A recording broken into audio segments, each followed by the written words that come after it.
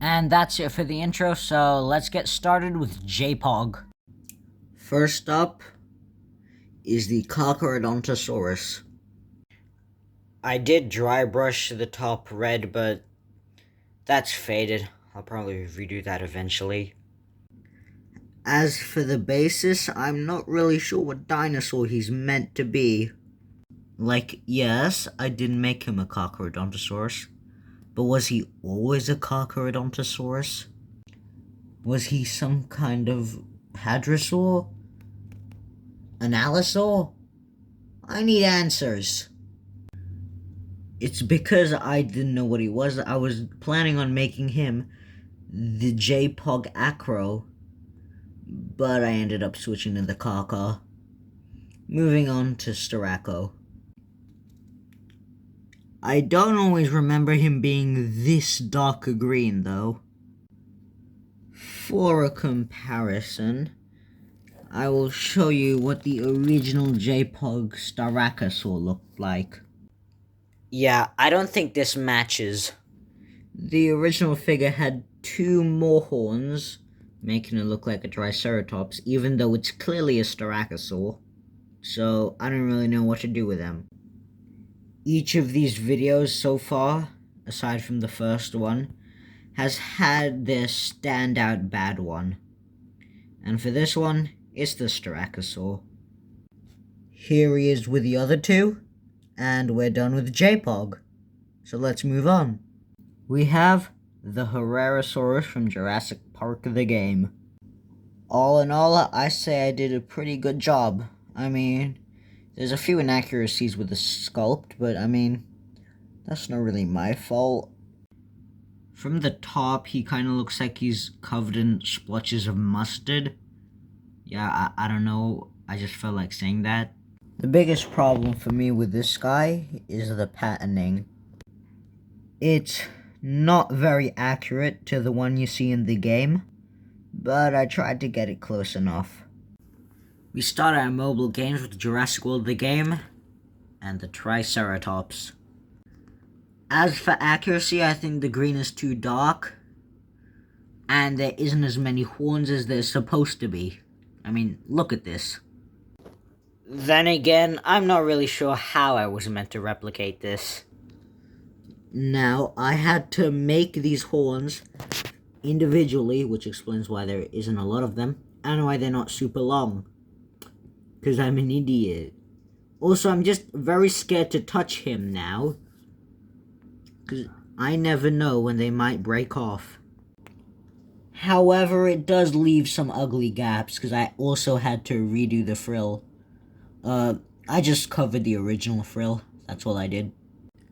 As you can see, one of his horns is weirdly larger than the other by accident.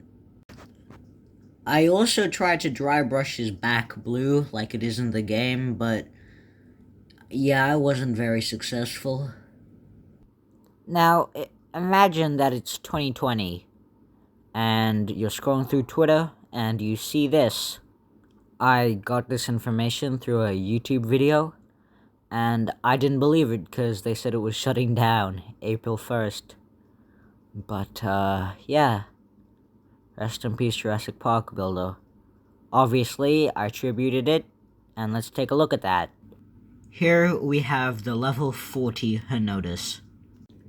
I'm not a huge fan of the dots because some of them end up leaving the scales that they're on, because I used too big of a paintbrush and just never got around to fixing it.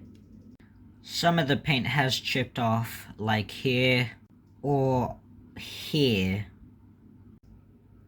The turtle I used was just some random modern day turtle I had lying around, and the head shape isn't really accurate, and neither is the shell structure. All in all, I say I did a pretty good job with this guy, aside from a few mishaps. Moving on with our park builder is the Ankylosaurus.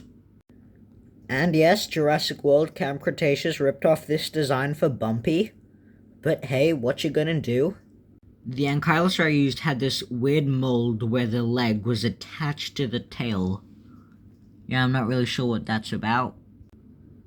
Yellow is also a really difficult color to put on darker colors, so it looks a bit more greeny in some areas. Of course, my camera doesn't really pick it up well. Like the JP3 Anki, this one also has sharp teeth. Yeah, I'm not really sure why they have that. They're herbivores. It might be a bit difficult to see, but I like how they did the scales on the bottom. And yeah, that pretty much wraps it up for the Yankee. Last up, we have Styxosaur. Now, what I should have done was had a Jurassic creature, an aquatic creature, and a Cenozoic creature. But I didn't have any Cenozoic creatures lying around, so we ended up with Henotus. Yeah, this guy came first. Now, my camera insists on making this a darker color, but the one I have in hand is a really accurate color. At least, I'm pretty sure.